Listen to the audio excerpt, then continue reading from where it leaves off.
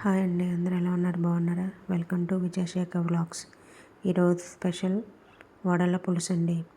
శనగపప్పు వడలతో పులుసు ఎలా పెట్టాలో చూద్దాం. ఈ వడల లోపలికి పులుసు వెళ్ళి ఎంత సాఫ్ట్గా ఉంటుందో తెలుసా అండి వడ. వీడియోలోకి వెళ్ళే ముందు ప్లీజ్ అందరూ నా ఛానల్ సబ్స్క్రైబ్ చేసుకోరా. మీ సపోర్ట్ నాకు చాలా అవసరం అండి.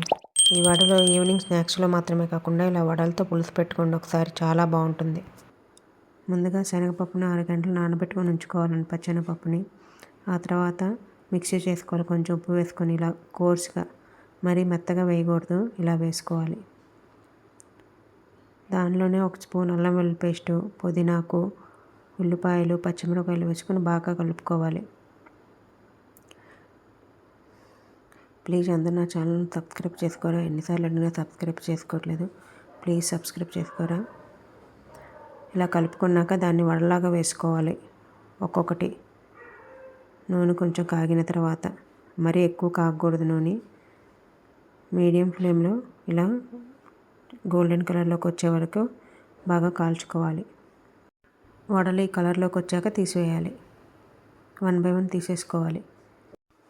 ఈ వడల వీడియో అయితే ఛానల్లో ఉందండి, లింక్ ఇస్తున్నాను, మీరు కూడా చూడండి ఒకసారి. ఇలా అన్ని వడలను వేసుకొని పక్కన ఉంచుకోవాలి. ఆ తర్వాత నేనైతే మట్టి దాంట్లో చేస్తానండి. మట్టి మూకుడు పెట్టుకొని దాంట్లో కొంచెం మెంతులు వేసుకోవాలి. నేను ఏదైనా పులుసు చేసేటప్పుడు మెంతులు వేసుకుంటానండి ఫస్ట్. ఆ తర్వాత తాలింపు దినుసులు వేసుకొని బాగా వేగిన తర్వాత ఆనియన్స్ వేసుకోవాలి. ఆనియన్స్, పచ్చిమిరపకాయలు 2 ఆనియన్స్ అయితే సరిపోతాయండి. 4 పచ్చిమిరపకాయలు, 2 ఆనియన్స్ కట్ చేసుకొని అవి వేయించుకొని బాగా ఎర్రగా వేగనివ్వాలి. మధ్య మధ్యలో కలుపుకుంటా. నా వీడియోస్ మీకు ఎలా అనిపిస్తుందో నాకు కామెంట్ చేయండి. నా రెసిపీస్ మీరు కూడా ట్రై చేసి ఎలా వచ్చిందో నాకు కామెంట్ చేయండి. ఇలా మధ్య మధ్యలో కలుపుకుంటూ ఉండాలండి. కొంచెం కల్లుప్పు, 3 స్పూన్లు కారం, 1 స్పూన్ పసుపు వేసుకొని బాగా కలుపుకోవాలి. ఆ తర్వాత మనం ముందుగా రెడీ చేసుకొని ఉంచుకున్న వడలను కూడా వేసుకొని ఒక 5 మినిట్స్ మగ్గనివ్వాలి మూత పెట్టుకొని. ఒక పెద్ద నిమ్మకాయ అంత చింతపండు నానబెట్టుకొని దాని పులుసు మొత్తం తీసుకొని, ఆ పులుసు తీసుకొని ఉంచుకున్న దాన్ని మనం ఉడుకుతున్న వడల్లో వేసుకోవాలి.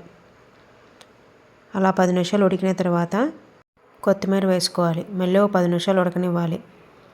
ఈ స్టేజ్లోకి వచ్చిన తర్వాత ఆయిల్ బయటకు వచ్చాక మనం స్టవ్ ఆఫ్ చేసుకుంటే సరిపోతుంది. ఇలా పులుసులో ఉడికిన వడ మాత్రం చాలా టేస్టీగా ఉంటుందండి, సాఫ్ట్గా. చివరికి కొత్తిమీర వేసుకొని సర్వ్ చేసుకోవాలి.